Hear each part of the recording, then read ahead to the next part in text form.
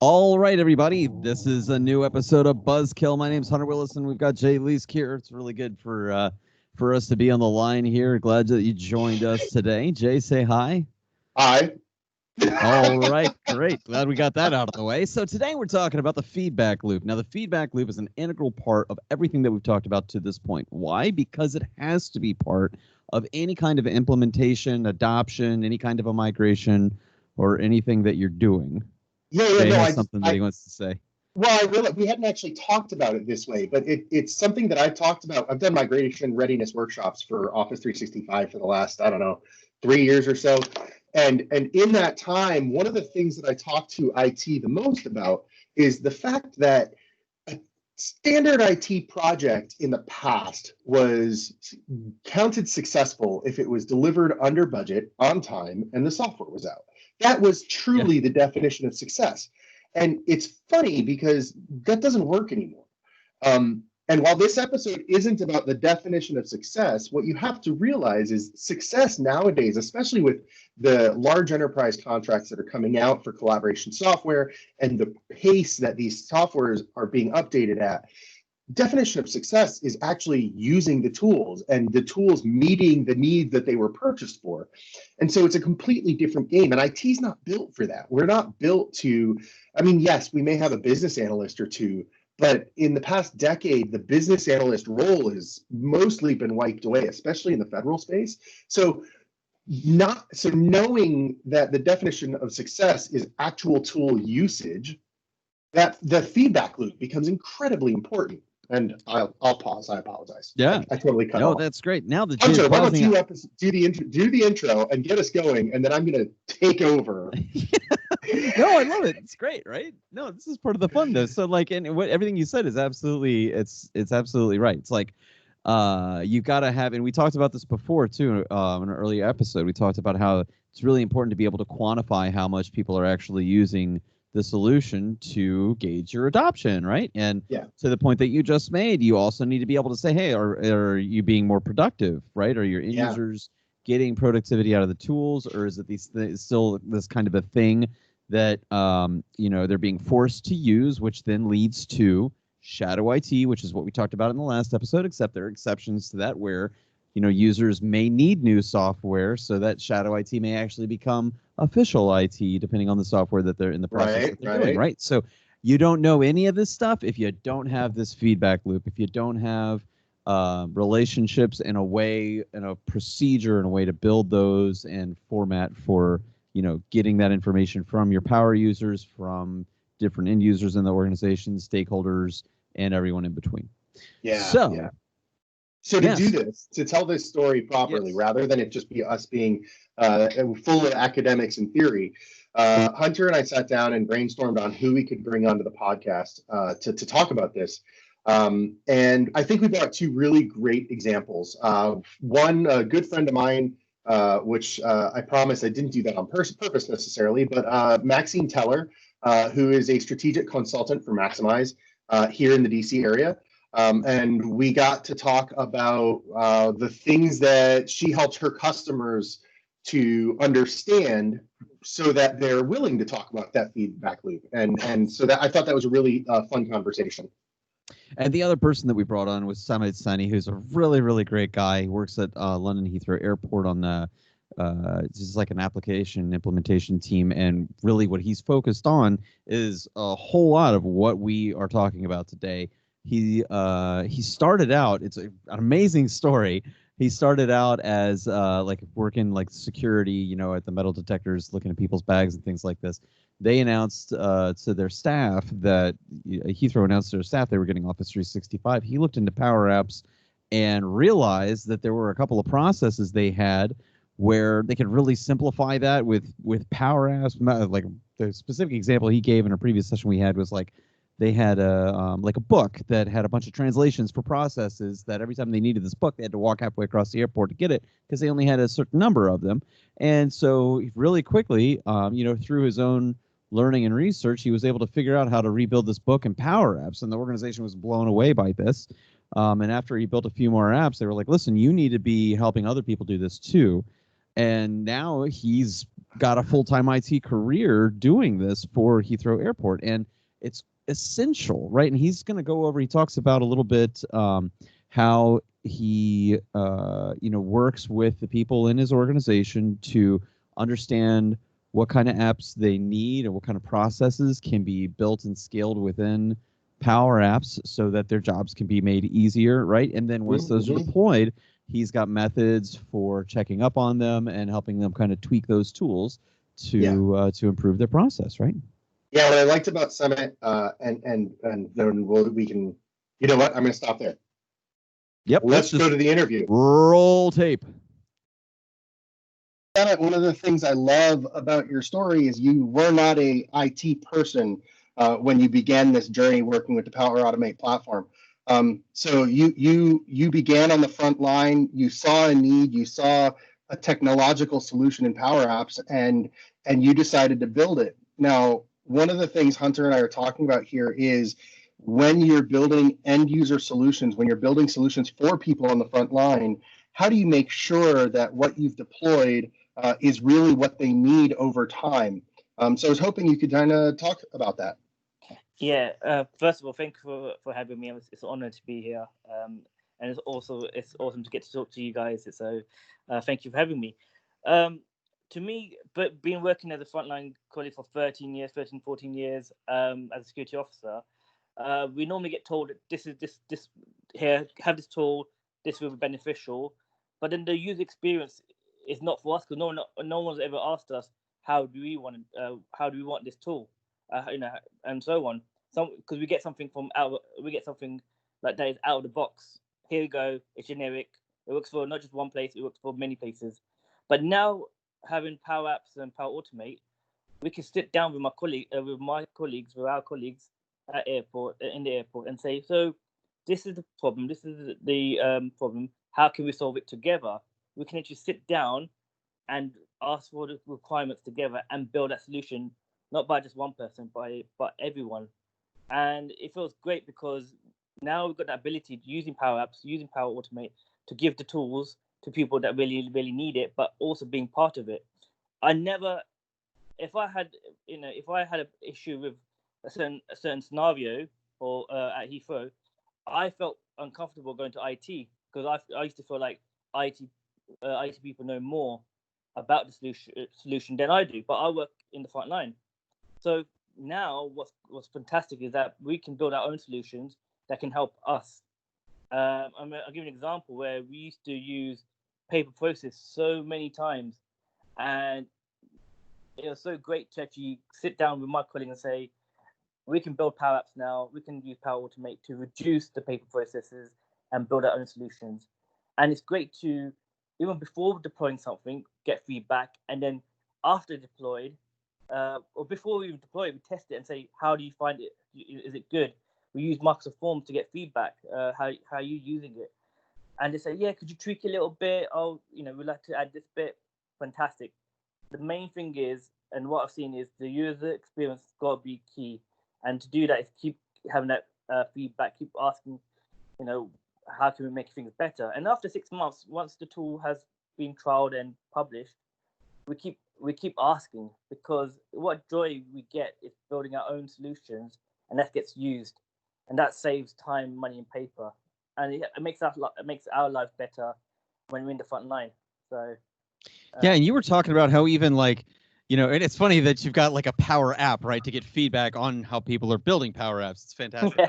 Yeah.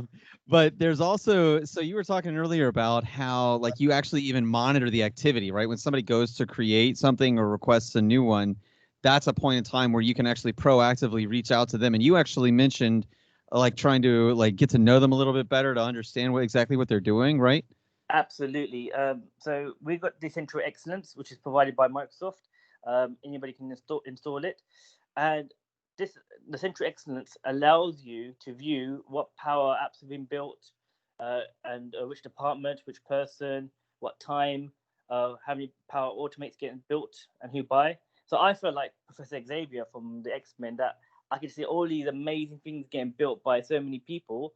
I get to interact with them and say, by the way, congratulations, I can see you building Power Apps. How can I help you? What was the thought process of building something? Are you trying to test it out? Is there a solution that we can help you not build? Because our aim is to empower more people to build their own solutions. And sometimes I want them to feel like they can always come to me, or here's the feedback, here's the information to learn more. And when I get to talk to them and I get to see the thought process, it's like, okay, you're going the right track. This is what you need to build. This is how you can do it. And then that's it. Because we got this at Heathrow, got the app lifecycle management, where we look at your app or what you're trying to build, and then we say, okay, it needs branding. So okay, it needs branding. It needs documentation. You need to go to your colleagues that you're building it for. So, and I never knew any of this, but until I built my first app, I got to learn about voice of the customer, and that was really key to every single thing that we build. Is what do our customers or our colleagues want, and that's why. Yeah. And that's why I ask when I see someone building something or using Power Automate, I'll try to plant that seed to say, what does the voice of the customer want, basically.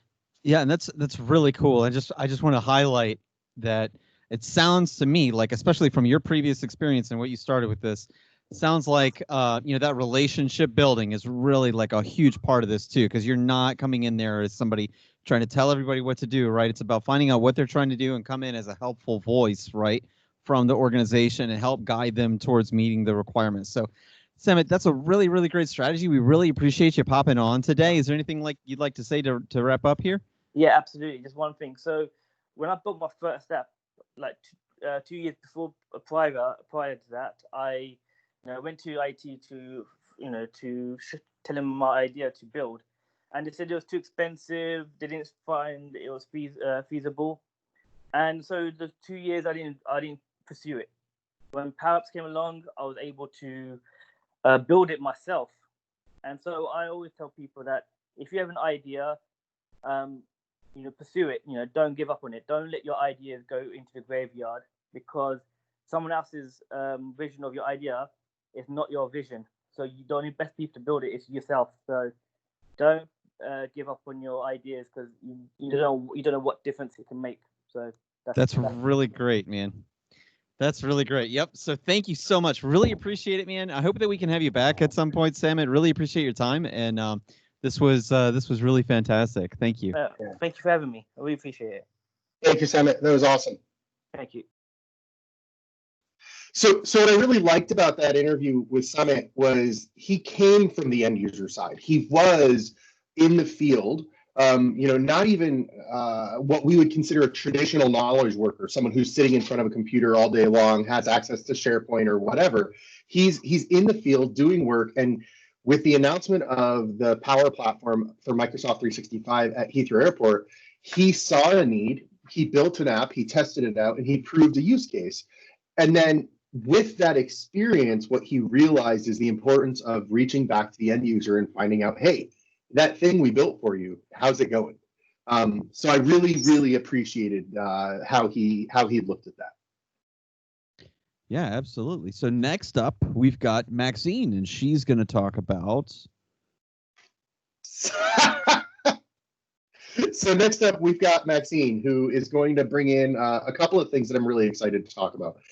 One of which, I don't like the title gamification, but the idea of getting people excited, getting people to want to do something, to want to learn, to want to participate.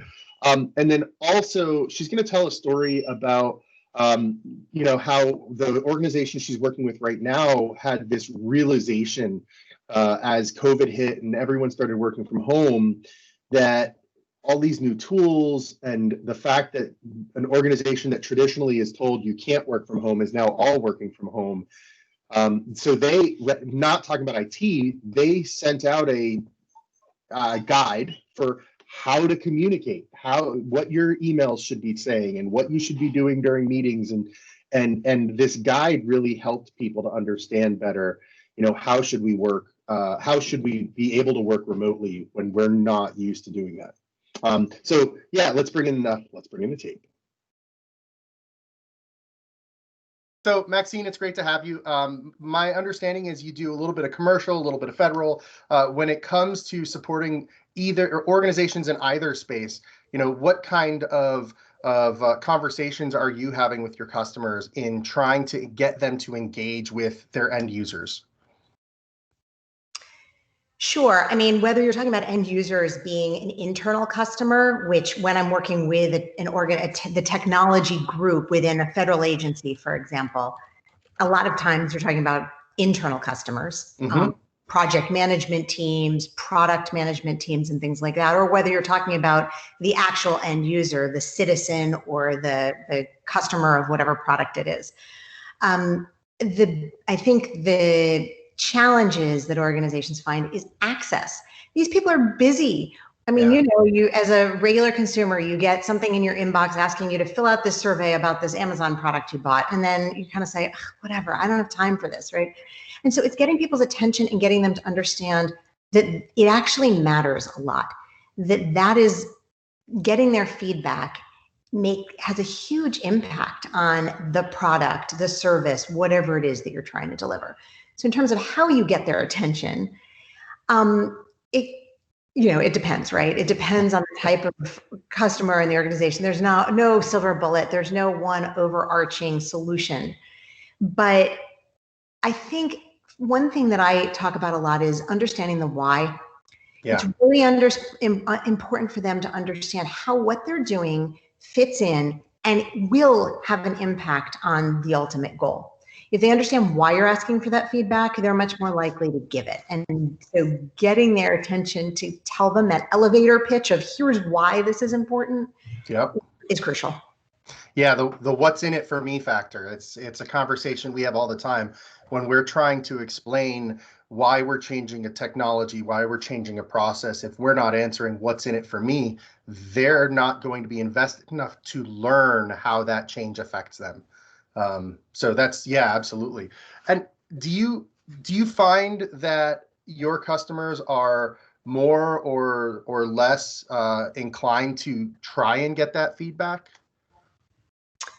You're asking if my customers are seeking that feedback from their customers? Yeah, thank you.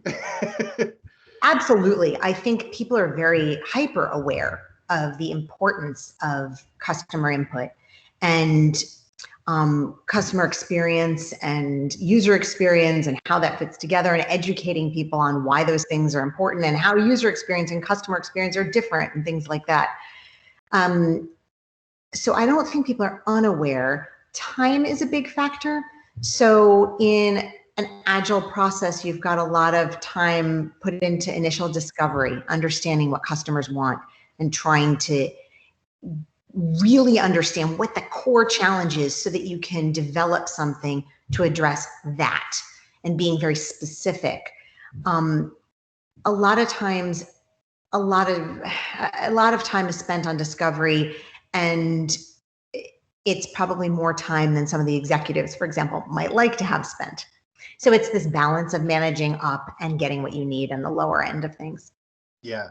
Over the last handful of months, what now almost 6 months, we've been having conversations about the fact that technology has drastically changed, especially in the federal space, where the federal government has been hesitant to adopt things like Zoom and Teams for remote workers.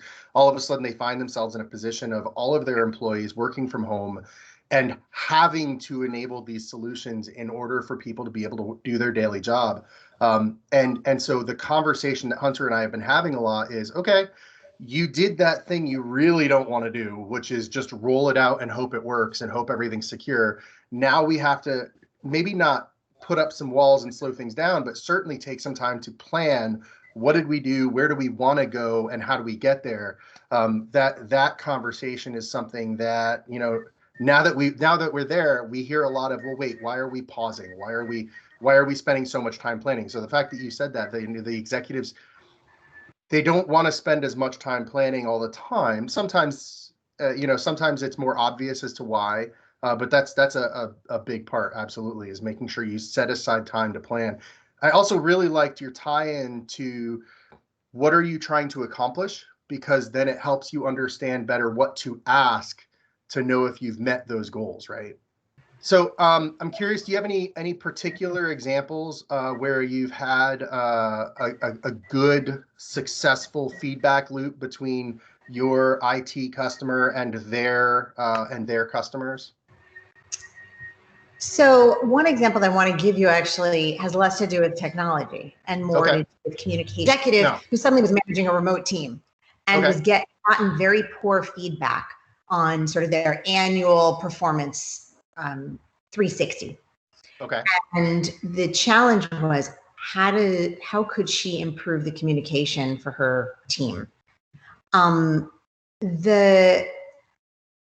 this was right at the beginning of the pandemic. So suddenly the whole team was working remotely, and the goal she was working towards was another review in June. And this was March. And it was a matter of figuring out how she was going to improve things when all of her staff was suddenly remote. And so the feedback loop is, how could she get her employees to provide feedback, and in a way that was constructive, and how could she improve things, communication, even in this remote environment? So the answer was setting some guidelines for how people needed to interact. So suddenly everybody had to have their Zoom, their video on for Zoom. Yeah. And there needed to be a very clear meeting agenda, and there needed to be some guidelines for email. Emails couldn't ramble and needed to ask in the subject line, this, must respond, or just action required, or things like that. And so setting some guidelines can be very helpful in getting people to respond. And I'm not sure exactly if I'm answering your question. No, I mean, that makes sense, right? Because you set these guidelines, and then people are forced into a situation, so they're more liable to kind of get back at you with different things. And that's good. It's a starting point, right? And setting some expectations as a starting point is, that does sound like it would work really well as a good place to start. I'd imagine if you told a bunch of people what they would have to do immediately at the beginning of something, you probably hear a lot back from people, which is great, in one sense, if that's your objective. Just, obviously, if you're not walking into it blind, that's a really good strategy. Okay. So out of curiosity, when it comes to communicating to large groups of people, to trying to understand, let's say your organization has 10, 20,000 end users in a customer relationship with you, what kind of recommendations do you have for trying to figure out how to get that feedback, who to get it from, to funnel it down to something that's manageable, that you can actually take insight from? Well, one example that I like a lot is actually not a client of mine, but a company to whom I'm a customer. Okay. And they've set up user panels, and you're incentivized it's an insurance company, and you're incentivized as a consumer. You get points, they gamify it. And so the extent to which you can gamify something, even in the workplace, it can be tremendously powerful. Giving people points, and it doesn't have to be towards something big. I mean, right. I did this with a client. You're trying to incentivize feedback and that type of thing. And it was back when people were actually driving to work, and it was giving a good parking spot away. So it didn't cost them anything. Right. It was actually a federal agency. They didn't have any money. They couldn't spend on an incentive, but it also was like, the Hero of the Month award, and it was a little plastic trinket that got passed around, and things like that can really incentivize people. But the consumer panel idea, I think, is helpful, and it makes people feel special. Yeah. People feel like they're important. They're more likely to participate and want to provide their feedback. Yeah, that consumer panel sounds a lot like the championships program that we've been talking about, the champions program, that is, where you identify, if you're doing a technology project, you identify more technologically adept users who are excited about new technology and new capabilities, or also people who are more I don't want to say outgoing, extrovert versus introvert, but people who are more willing to gather feedback for you and bring that in is another really good way to funnel both user acceptance testing, find out how is the technology before you release it to the larger group, but also, funneling feedback in. When I worked at a consulting firm years ago, I was on the champions program for our enterprise social networking tool. And, I'm a talker. I would talk to people on my 100-person team and bring that feedback back to my IT group so they would understand this is what I'm hearing. It's not a guaranteed this is the right or wrong way, but this is examples of what I'm hearing.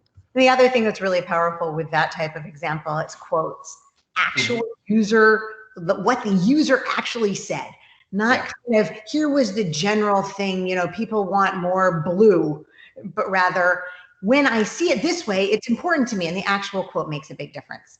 Yeah. Oh, I completely agree. It's I did a big survey for one of my customers a few years back, and we were talking about what types of questions to ask, and I'm a big believer in, if you're going to ask questions of a large group of people, you got to make sure it's quantifiable, but you also need some anecdotal evidence. And in the delivery of the survey results, we were able to provide, mostly graphs of the survey results, but mixed with some anecdotal quotes from the end users. So executives really got a feeling of how are people utilizing and learning and growing from the capabilities that were being offered.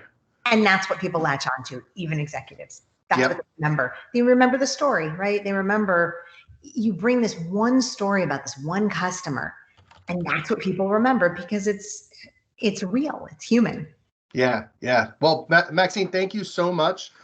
This has been a great, fun conversation, and it really fits in well with some of the other pieces of this episode. So thank you so much for your time today. Hunter, any last questions? No, just echoing, this was really, really great. A lot of good examples and, really clear strategies that seem like they, you've given tried and true scenarios here, and they really do. I could definitely see how they would work. So really appreciate your time and your the information and your experience, Maxine. Really, thank you. Thank you so much for coming on. Thank you both. It was a pleasure. Really appreciate you having me. You can take us out of it.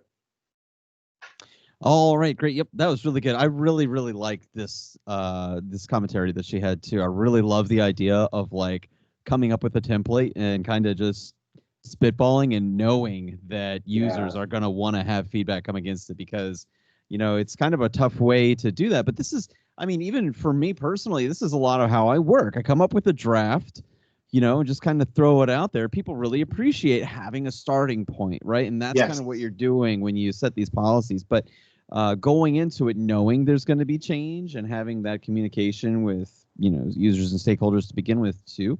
It's a really, really interesting idea.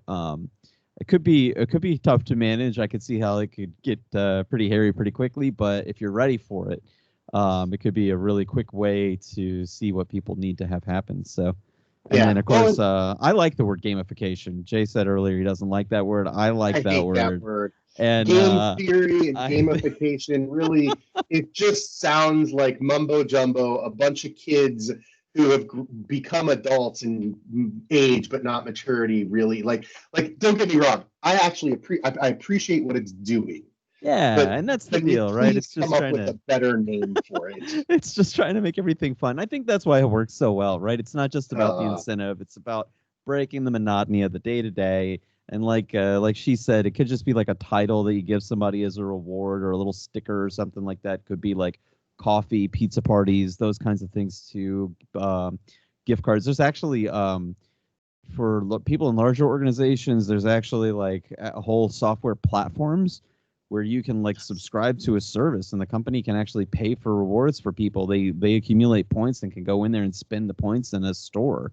Yep. Right. And like buy bags and logo merchandise and stuff like that. So yeah, there's an incentives app in Microsoft Teams as an example that Microsoft has put out there, and then I'll have to find it. I can't remember who it's by, but there's a series of gamification trainings for teams like treasure hunts almost, trying to get people to learn how to use the tool and excited about learning it by giving them this quest almost. And I think it will help. It doesn't sound like it's about feedback, but it is, because if you're walking people through this process, part of what you should be walking them through is giving you feedback as to how is my training? Are you learning what you need to learn? Are you seeing a value in it? So whether we're talking about a technology rollout, or we're talking about training, or we're talking about employee engagement, that concept of feedback, or we're talking about a 360-degree employee review cycle, like getting feedback from people so that you can understand what they're feeling and they can understand why it's important to you, it's huge. So building that into your technology releases, I think it's something we've missed traditionally, and hopefully it's something we'll see more and more of in the future. And we had this conversation before we did this recording with Maxine, and she touched on the fact, the way that she described like change management was this thread that just weaves in and out of every single thing that you've got going on all the time. And to touch on this and kind of draw it back to what we were talking about at the beginning of this episode, these feedback loops and like user communities and this gamification and all these things that we talk about, this is not something that just goes along as a project with implementation, right? This along with change management, these are things that need to be constantly going and need to be part of all of the processes. And again, woven in and out of everything that you're doing to constantly have that communication open, because there's never, like Jay said, the idea is not to just, implement, deploy, and then turn it on. And if it works, hey, you did your job. Organizations want to prove that there is adoption and productivity happening as a result of the work that you're putting in. And you want that too, right? You want to be able to take this information back to the organization and say, hey, look, all these people love this. They're doing their jobs better. Quality's going up, productivity's going up. And the only way to really get your hands on that kind of information is to, again, maintain a constant communication feedback loop with the people that are using the software that you've implemented for your organization. I'm envisioning at the end of like any kind of modern game app you have on your phone. My daughter has it on her typing app. At the end of every lesson or every module, you get these, how many stars did you earn? Right now, I'm envisioning 3 stars at the end of this episode, Hunter. I really, that was really lame, but I really appreciated. Jay's the kind of guy that still likes to go back to the old bowling alley and be like, my name's still on the machine. Pac-Man. Right. Let's be clear. My name never got on those machines. but seriously, I think this episode hit a little bit better than some of the conversations we had. Just the story that came from Samit and Maxine. I think for me, I feel like I took something out of it, which is, it's nice. I'm not just talking at a microphone and hearing your response. I feel like I actually learned some stuff from Samit and Maxine, which was fun. And I'm going to stop talking now. Yeah, I mean, I agree. You should stop talking. No, I'm just kidding. No, I think that I think that this was really, really good. I mean, the examples that they gave, right, and the constant, I mean, like Samit, this is like his job. It's not just something that they do at London Heathrow. It's like what he does for a living is make sure that the users are getting everything they need out of this Power Apps deployment that they have going on, and that he's maintaining that and communicating with them constantly. They run trainings and they do all these things. So I love those, I love those examples. And I really did get a whole lot out of both of these conversations too. So I really appreciate you saying that, Jay.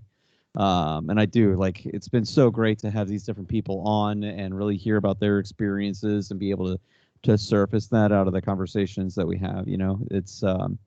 It's really been a lot of fun doing this. So, but you know what?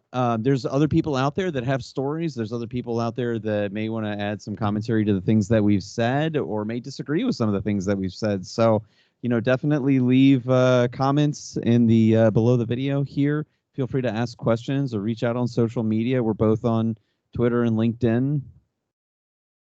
And if you like what you heard and want to hear more, or you didn't like what you heard and are the kind of person who likes to hear people say things that really upset you, click the subscribe button over here on the side.